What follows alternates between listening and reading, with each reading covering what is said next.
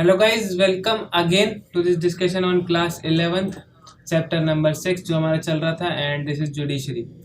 Judiciary के दो part पहले से डल चुके हैं, पार्ट नंबर 3 है and this is gonna be last part, क्योंकि इसके बाद खत्म हो जाएगा जुडिशरी एंड देन हम आगे स्विच करेंगे अपने फेडरलिज्म पे। ठीक है, जो कि वो भी इम्पोर्टेंट चैप्टर है, बहुत अच्छा चैप्टर है वो भी। ऐसा नहीं समझना कि भाई तीन ही ऑर्गन थे, तीनों पढ़ लिए, अब कोई ज़रूरत नहीं है हमें पॉलिटी पढ़ने की, ऐसा कुछ नहीं है भाई। फेडरलिज्म भी बहुत अच्छा चैप्टर है, तो उसी में बात करेंगे उसकी। यहाँ पे बात करेंगे जुडिशरी की। तो इससे दो पार्ट में हम क्या पढ़ चुके हैं। पहले पार्ट में हमने पढ़ा था कि जो अपॉइंटमेंट है, जो रिमूवल है जजिस का, वो कैसे होता है, किस कौन कौन से फंक्शन हैं जो जुडिशरी परफॉर्म करती है। सिर्फ वो एक इंटरप्रेटर नहीं है, बहुत सारे रोल हैं जो वो परफॉर्म करती है। एंड देन सेकेंड पार्ट में हमने पढ़ा था कि क्या स्ट्रक्चर है किसका, जुडिशरी का। हमने पढ़ा था 3 टायर स्ट्रक्चर है जुडिशरी का, with supreme court at the top. तो ये सारी चीज़ें हमने करी थी। फिर हमने पढ़ा था कि ज्यूरिसडिक्शन एरिया जो है सुप्रीम कोर्ट का वो कितना है। हमने देखा था 4 तरीके के जो फंक्शंस हैं वो परफॉर्म करता है कौन, सुप्रीम कोर्ट सबसे ऊपर आता है, ओरिजिनल ज्यूरिसडिक्शन, उसके बाद रिट ज्यूरिसडिक्शन, उसके बाद appellate jurisdiction and then advisory jurisdiction. Writ में हमने 5 रिट्स पढ़ी थी, habeas corpus, mandamus, prohibition, certiorari and quo warranto. पांचों के बारे में डिटेल में पढ़ा था, नोट्स सब कुछ उसमें दे रखा है, स्क्रीनशॉट लेना है बस यूट्यूब से। यूट्यूब वाला मना नहीं करेगा कि भाई नहीं स्क्रीनशॉट मत लो तुम यार प्लीज़। ठीक है, तो ऐसा कोई कुछ नहीं आएगा। ठीक है, ले सकते हो, क्योंकि पावर पॉइंट अब इसी को पीडीएफ में बदल के दे दूंगा तो फिर आपको लगेगा कि भाई बहुत बड़ा काम कर दिया इसने तो। ठीक है, तो ऐसा कुछ नहीं है। लिखने को लिख सकता हूँ मैं अभी थंबनेल पे कि ये रहा पीडीएफ भी है, लेकिन कुछ फ़ायदा है क्या उससे? नहीं ना। स्क्रीनशॉट ले लो, हो गए नोट्स। सेम फ़ोन में लोगे तब भी फ़ोन में लोगे। ठीक है, तो ऐसा कुछ नहीं है। तो शुरू करते हैं इसमें अपने चैप्टर को। उसमें हमने ख़त्म कर लिया था बहुत सारी चीज़ें, अब यहाँ भी हम देखेंगे। अब यहाँ पे हमें स्टार्ट करना है कहाँ से, जुडिशियल एक्टिविज्म पे। हमने वहाँ का कल कर लिया था कहाँ तक, आर्टिकल 137 से आर्टिकल 144 तक। ठीक है, तो ये लास्ट टॉपिक हमने कल डिस्कस किया था। आज जो डिस्कस करना है वो है जुडिशियल एक्टिविज्म। तो अब जब हम डेली न्यूज़ वगैरह अगर आप पढ़ते हो, कहीं आपने देखा हो अगर आर्टिकल्स वगैरह कोई भी, तो उसमें लिखा रहता है आज, मतलब स्टार्टिंग में हम बात करें 1980s के बाद से एक वर्ड है जो बहुत फेमस हुआ है, वो है PIL, पब्लिक इंटरेस्ट लिटिगेशन, या हम कह सकते हैं सोशल एक्शन लिटिगेशन। दोनों ही नाम एक ही चीज़ के हैं। ठीक है, और जुडिशियल एक्टिविज्म भी। अब हमने देखा कि ये है क्या। तो ये क्या है, चीफ इंस्ट्रूमेंट है जिसकी मदद से जो जुडिशियल एक्टिविज्म है वो फ्लोरिस्ड हुआ है, मतलब और ज़्यादा पहना हुआ है हम बोल सकते हैं। ठीक है, और ज़्यादा पावर मिली है किसको, सुप्रीम कोर्ट को। तो ये है क्या, ये जानेंगे। तो पब्लिक इंटरेस्ट लिटिगेशन और कुछ नहीं है, जैसे ये वो चीज़ है। तो होता क्या था कि 1979 से पहले होता ये था कि अगर मेरे फंडामेंटल राइट्स वायलेट हुए हैं तो मैं ही कोर्ट जाऊंगा। लेकिन उसके बाद क्या हुआ 1979 के बाद, कि अगर मेरे वायलेट हुए हैं और किसी और को दिख रहा है कि हाँ ये नहीं जा सकता सुप्रीम कोर्ट में, तो मैं चले जाता हूँ उसकी जगह पर, मतलब। ठीक है, तो ये पब्लिक का इंटरेस्ट है। सो यही चीज़ है कि पब्लिक इंटरेस्ट लिटिगेशन इसे बोलते हैं। ठीक है, मेरे बिहाफ पे कोई और अगर जाता है सुप्रीम कोर्ट में कि भाई इसका फंडामेंटल राइट जो है वायलेट हो रहा है, क्योंकि मैं नहीं जा सकता, तो इसी को कहते हैं हम क्या, पब्लिक इंटरेस्ट लिटिगेशन। तो हम देखते हैं इसके बारे में। तो in 1979 the court was set the trend when it decided to hear a case where the case was filed not by the aggrieved person but by others on their behalf. तो उसके बिहाफ पे किसी और ने जो case था वो file किया, और इसी को हमने कहा क्या, पब्लिक इंटरेस्ट लिटिगेशन। और सुप्रीम कोर्ट ने मान गया कि हाँ हम सुन सकते हैं ऐसे केसेस को। हमने देखा है कि एक होता है ना कि फ्रीडम अगेंस्ट एक्सप्लॉयटेशन। ठीक है, ये क्या है, हमारा फंडामेंटल राइट है। इसमें लिखा है कि तस्करी नहीं होनी चाहिए in the form of human beings, bonded labour and all. Human beings में आता है वुमेन्स, चिल्ड्रन, मेंस भी आते हैं, बट मेंस का उतना होता नहीं है। ट्रैफिकिंग के मेंस की होती है, नहीं होती। तो बेसिकली फ्रीडम अगेंस्ट एक्सप्लॉयटेशन में है कि prohibition of trafficking in the form of human beings and bounded labours वगैरह। तो इसमें जो ह्यूमन बींग्स हैं वो इशारा करते हैं किसकी तरफ, वुमेन्स और चिल्ड्रंस।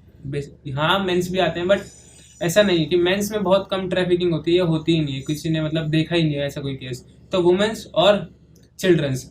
अब एक बात बताओ, चिल्ड्रंस, ठीक है, अब हमने ऐसे बहुत जगहें देखी हैं जहाँ पे कंस्ट्रक्शन साइट्स पे चिल्ड्रंस को लगा लिया जाता है एज अ वर्कर।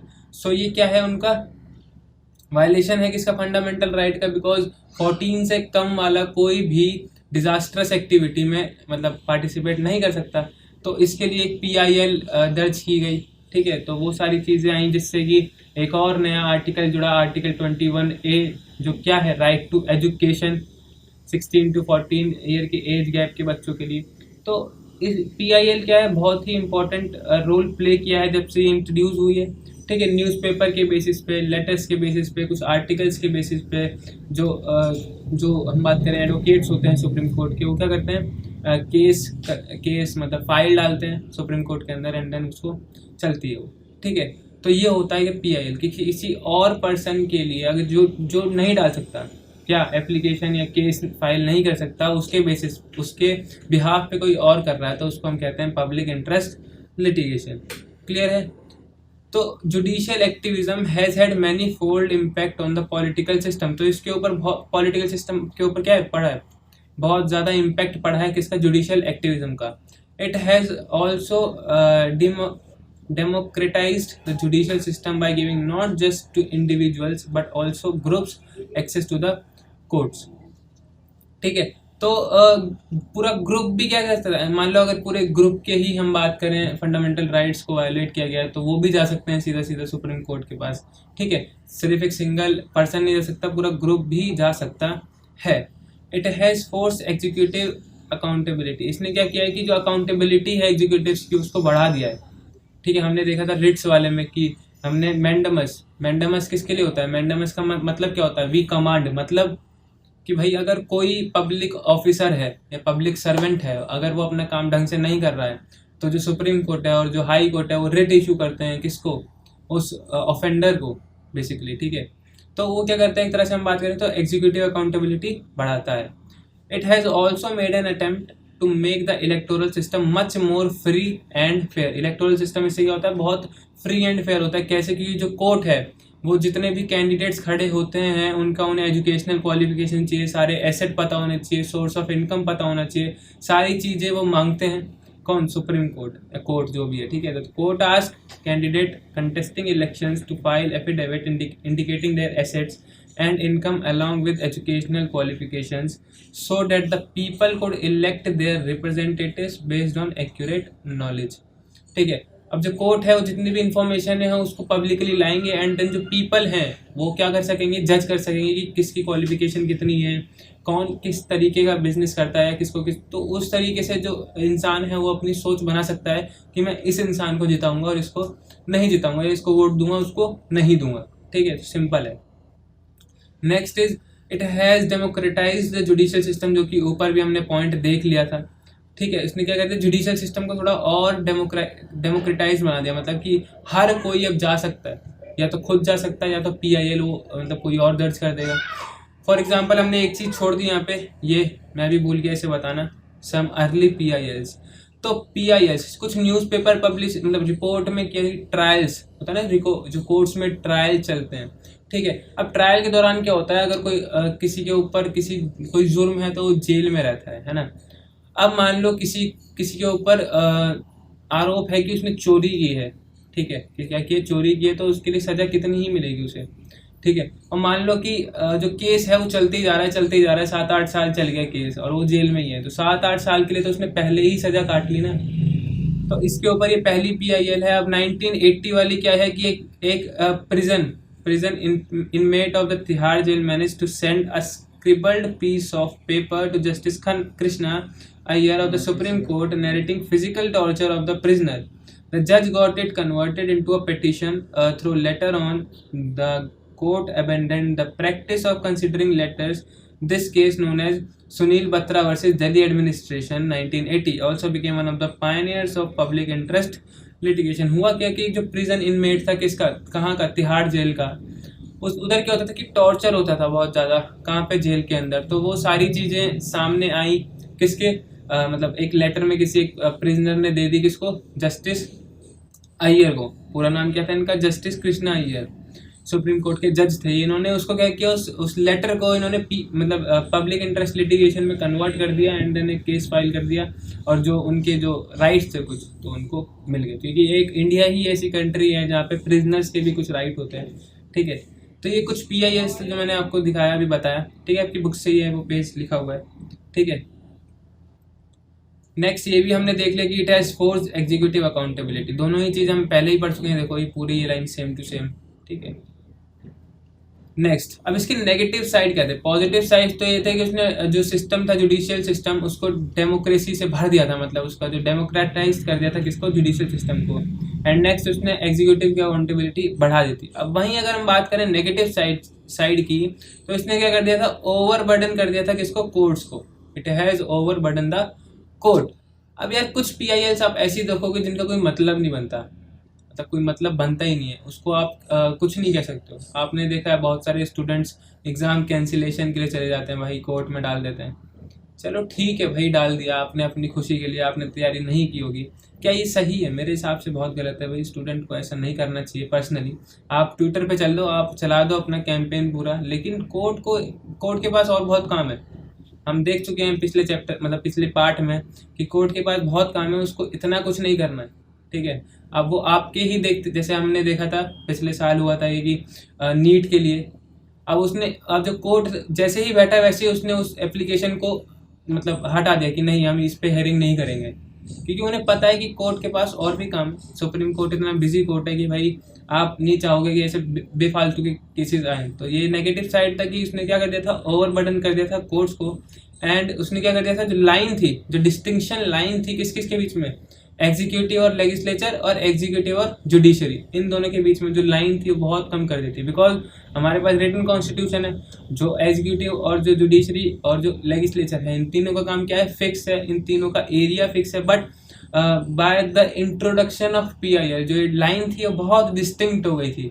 हमने देखा है कि जुडिशरी एग्जीक्यूटिव में भी इंटरफेयर कर सकती है और लेजिस्लेचर में भी, ठीक है। तो मतलब हम बात करें सिर्फ ये इन्फ्लुएंस ही नहीं करती, कंट्रोल भी हम बोल सकते हैं करती है। उसी हिसाब से हमने देखा था लेजिस्लेचर वाले चैप्टर में कि लेजिस्लेचर जुडिशरी और एग्जीक्यूटिव दोनों को ही कंट्रोल कर सकता है, और एग्जीक्यूटिव भी दोनों पे कर सकता है। मतलब क्या है? सिस्टम जो है वो क्या है? चेक्स एंड बैलेंसेस का, कि कोई भी एक ऑर्गन क्या ना करे, दूसरे को ओवर पावर करे, ठीक है, कि कोई भी एक ऑर्गन दूसरे को ओवर पावर करे, ऐसा नहीं हो सकता। तो इसलिए तीनों एक दूसरे के ऊपर चेक्स एंड बैलेंसेस रखते हैं, ठीक है। तो तीनों चीज़ें हो गई। नेक्स्ट हम बढ़ते हैं जुडिशरी एंड राइट्स के लिए। और PIL की बात मैं एक और बताना चाहूँगा ये कि PIL से क्या है? बहुत सारे अच्छे काम हुए। मतलब कैसे भैया, आप कैसे बोल रहे हो? तो मैं इसलिए बोल रहा हूँ क्योंकि मान लो कोई किसी जगह पे वाटर पॉल्यूशन है बहुत ज़्यादा, तो आप PIL कर सकते हो, क्योंकि हमें हमारा राइट है to have access of pure water, ठीक है। तो इस तरीके से एयर पॉल्यूशन हो रहा है तो PIL दर्ज होती हैं, एंड देन कमेटीज बनाई जाती हैं बहुत सारी, ठीक है। तो वो सारी चीज़ें होती हैं, फिर उसको ऊपर एक्ट किया जाता है, ठीक है। तो बहुत ही ज़्यादा, मतलब हम बात करें, कारगर साबित होती हैं PILs। अब बात करते हैं जुडिशरी एंड राइट्स की। तो first, it can restore fundamental rights by issuing writs of habeas corpus, mandamus and 3 और हैं जो हमने डिस्कस की थी। तो आर्टिकल 32 के हिसाब से तो हम डायरेक्ट जा सकते हैं सुप्रीम कोर्ट, एंड आर्टिकल 226 के 226 के हिसाब से हम जा सकते हैं हाई कोर्ट, ठीक है। Secondly, the supreme court can declare the concern law as unconstitutional and therefore non operation under article 13। So article 13 कहाँ है? बिल ऑफ राइट के अंदर, मतलब जो हमारे फंडामेंटल राइट्स वाला सेक्शन है पूरा, आर्टिकल 12 से लेकर के 35 तक, ये जो पूरा हम बात करें सेक्शन है, ये क्या है? फंडामेंटल राइट्स का है। एंड आर्टिकल 12 क्या बताता है? डेफिनेशन बताता है किसकी? स्टेट की। स्टेट मतलब हम बात करें कंट्री की, ठीक है। अब हम बात करें, और जो आर्टिकल 13 है उसमें 2 डॉक्ट्राइन्स आती हैं, डॉक्ट्राइन ऑफ एक्लिप्स और डॉक्ट्राइन ऑफ बेसिक स्ट्रक्चर। अब मैं क्यों बोल रहा हूँ ये सारी चीज़ें? क्योंकि आर्टिकल 13 इसी से रिलेट करता है। अब आर्टिकल 13 की जो सेकंड हम बात करें डॉक्ट्राइन है जो कि इंपॉर्टेंट है, वो है डॉक्ट्राइन ऑफ बेसिक स्ट्रक्चर। कि भाई जो पार्लियामेंट है, हमें पता है पार्लियामेंट का काम क्या है? लॉ बनाना, ठीक है, लॉ बनाना, टू लेजिस्लेट, ठीक है। अब भाई उन्होंने लॉ बना दिया, लेकिन अब वो फंडामेंटल राइट छीन रहा है किसी का। मान लो ऐसा कोई लॉ बना दिया जिससे कि पानी का एक्सेस नहीं मिल रहा है किसी को, ठीक है, किसी को इंटरनेट का एक्सेस नहीं मिल रहा है, किसी को प्राइवेसी नहीं मिल रही है, तो वहाँ पे जो जुडिशरी है उसका काम ये है कि वो बोल सकता है कि ये लॉ जो है वो क्या है? इनकंसिस्टेंट है किसके प्रति? फंडामेंटल राइट्स के लिए, एंड उसको क्या कर दिया जाएगा, अनकॉन्स्टिट्यूशनल मतलब घोषित कर दिया जाएगा, एंड वो क्या हो जाएगा, नल एंड वॉइड, मतलब वो फिर एक्ट नहीं बनेगा, वो हम डेली बेसिस पे वो लागू नहीं होगा। ठीक है, तो ये काम है किसका, सुप्रीम कोर्ट का, तो उसके पास ये राइट है। सो आर्टिकल 13 बहुत इंपॉर्टेंट है। ठीक है, तो दो डॉक्ट्राइन्स आती हैं, बात कर चुके हैं डॉक्ट्राइन ऑफ बेसिक स्ट्रक्चर की। जो पार्लियामेंट है वो सारे पार्ट्स को क्या कर सकता है, अमेंड कर सकता है, बट एक हद तक कि जो बेसिक स्ट्रक्चर है वो चेंज ना हो। ठीक है, बेसिक स्ट्रक्चर को नहीं छू सकता। और एक और खास बात ये कि बेसिक स्ट्रक्चर की डिफाइन बताई नहीं है आज तक किसी ने भी, ना सुप्रीम कोर्ट ने बताई, किसी ने नहीं बताई किसकी डिफाइन बेसिक स्ट्रक्चर की। तो इसका मतलब क्या बता कि जुडिशरी किसी भी लॉ को बोल सकता है कि ये बेसिक स्ट्रक्चर को क्या कर रहा है, हार्म कर रहा है, सो वो उसको क्या कर देगा, नल एंड वॉइड कर देगा। सो इसको बहुत सारी पावर मिल जाती है इससे जुडिशरी को कि वो किसी भी लॉ को जो इनकंसिस्टेंट है किसके लिए, किसके प्रति, फंडामेंटल राइट्स के प्रति, तो वो क्या हो जाएगा, नल एंड वॉइड। ठीक है, इतना क्लियर हो गया। ठीक है भाई, तो अभी तक मैंने इतना बताया। फर्स्ट में क्या है कि हम रिट्स इशू करते हैं सुप्रीम कोर्ट और high court. Supreme court under article 32, high court under article 226। And secondly अगर मैं बात करूँ तो सुप्रीम कोर्ट का काम क्या है कि अगर कोई लॉ इनकंसिस्टेंट है फंडामेंटल राइट्स के प्रति, तो वो क्या हो जाएगा, नॉन ऑपरेशनल हो जाएगा, मतलब वो इम्प्लीमेंट होगा ही नहीं। ठीक है, next, perhaps the most important power of the Supreme Court is the power of judicial review.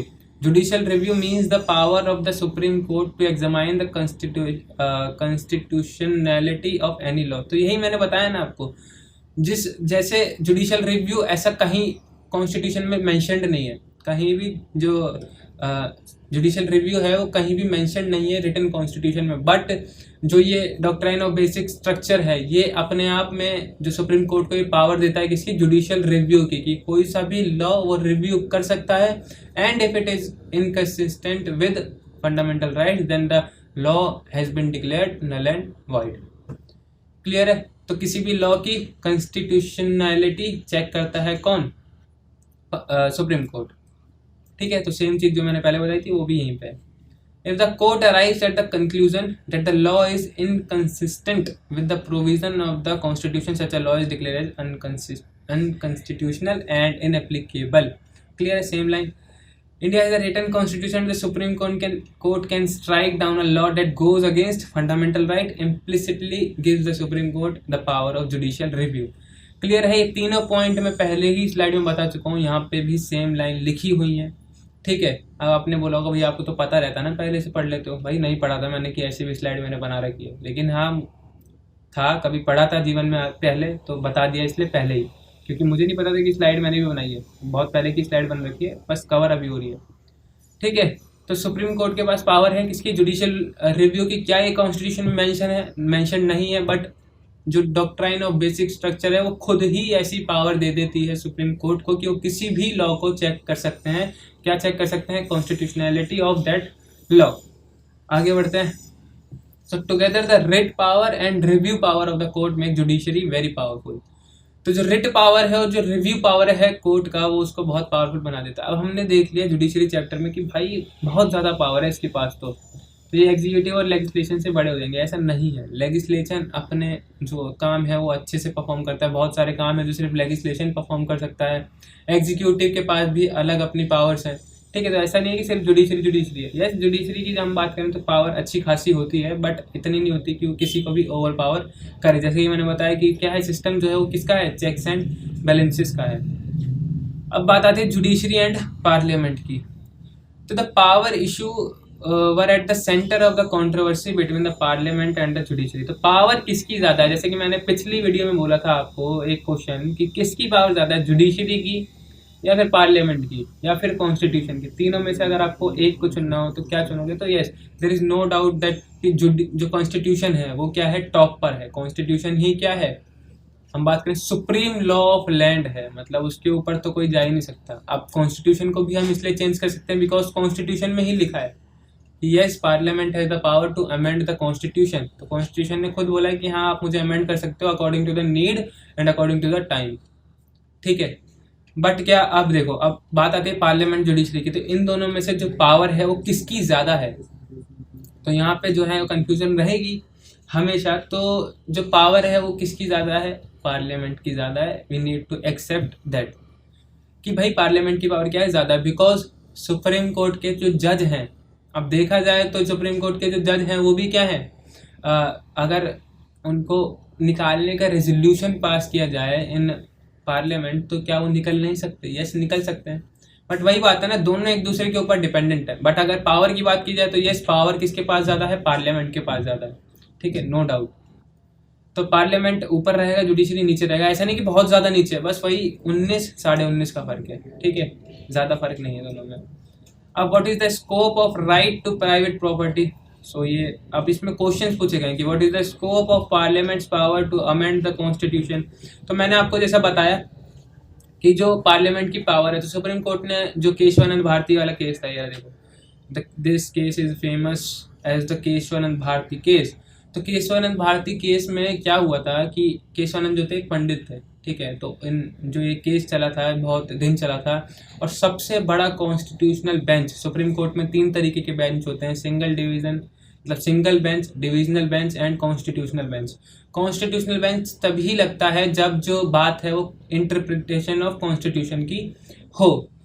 तो उस समय वैसे कॉन्स्टिट्यूशनल बेंच जो है वो 5 जजेस का होता है, 5 का होगा, 7 का होगा, 9 का होगा, 11 का होगा, 13 का होगा। तो भाई आप और क्यों बोल रहे हो? अब इवन इसलिए नहीं बोल रहा मैं क्योंकि अगर 6 जजेस का होगा तो 3 अगर एक साइड है, 3 एक साइड है, तो क्या ड्रॉ करके मैच खत्म कर दोगे क्या? नहीं। तो यहाँ पे क्या होता है कि 5, 7, 9, ये ज़्यादातर ऐसा ही होता है। 6 का भी होता है, लेकिन वही बात है ना कि ड्रॉ की संभावना ज़्यादा रहती है फिर। तो इसलिए जो सुप्रीम कोर्ट है वो ज़्यादातर और नंबर्स ऑफ जजेस में बात होती है। सिंगल बेंच, सिंगल जज होता है उसमें। डिवीजन बेंच में 3 जजेस होते हैं, ठीक है, more than 3 and less than 5, ठीक है। तो जो केशवानंद भारती केस था, इसमें क्या था, 13 जजेस, पहली बार ऐसा हुआ था कि 13 जजेस ने किसी केस की हियरिंग की थी, एंड 13 में से 6 एक तरफ थे, 6 एक तरफ थे। अब बताओ जो लास्ट जज था उस पर कितना प्रेशर होगा?